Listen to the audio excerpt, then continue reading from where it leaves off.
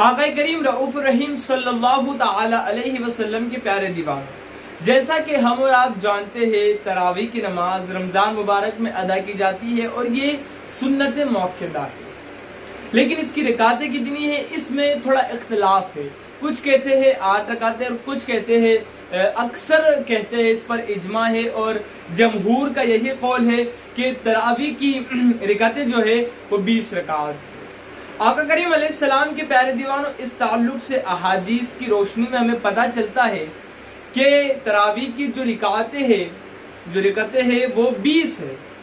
اب احادیث جو ہے تراویح کے تعلق سے، ان کے اندر اکثر احادیث ایسی ہے جس کے اندر تراویح کا ذکر تو ہے لیکن اس کے اندر رکعت کا ذکر نہیں ہے۔ حضور علیہ السلام کے دور میں تراویح جس طرح آج ہم ادا کرتے ہیں جماعت کے ساتھ، اس طرح ادا نہیں کی جاتی تھی۔ پہلے گھر ہی میں اس کو ادا کرتے تھے، مسجدوں میں ادا کرتے تھے، لیکن جماعت نہیں بنتی تھی، الگ الگ جو تو اس کو پڑھا جاتا تھا۔ حضرت عمر بن خطاب رضی اللہ المولا تبارک و تعالی عنہ کی جب خلافت آئی تو وہ سیر کرتے کرتے مسجد کی طرف آپ پہنچے، انہوں نے دیکھا کہ لوگ الگ الگ نماز پڑھ رہے تھے، تو حضرت عمر بن خطاب رضی اللہ تعالی عنہ نے کہا کہ کیا ہی اچھی بات ہو کہ ان سارے لوگوں کو میں ایک قاری کے پیچھے جمع کر دوں۔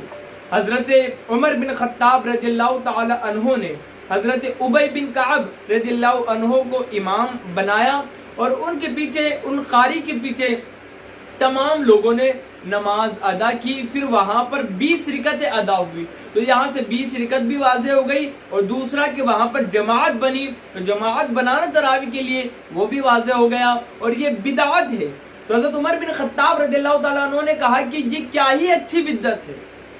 بدعت کی بھی 2 قسمیں ہیں، ایک اچھی بدعت، ایک بری بدعت۔ اچھی بدعت کا رائج کرنا اچھا ہے، بری کا رائج کرنا غلط ہے، برا ہے۔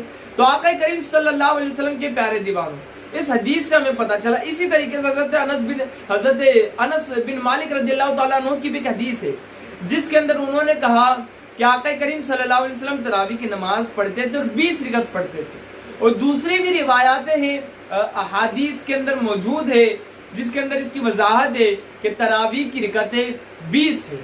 تو آقا کریم صلی اللہ علیہ وسلم کے پیارے دیوانوں، تراویح 20 رکعت ادا کریں، اور جس طریقے سے ہم ادا کرتے ہیں تو اسی طریقے سے ادا کریں جماعت کے ساتھ۔ ابھی فی الوقت لاک ڈاؤن کا معاملہ ہے تو گھر ہی میں ادا کریں، اور 20 رکعتیں آپ پوری مکمل پڑھیں، انشاءاللہ تعالی اللہ اس کا بہترین اجر ہم کو عطا فرمائے گا۔ واللہ اعلم عز وجل ورسولہ اعلم، صلی اللہ تعالی علیہ وسلم۔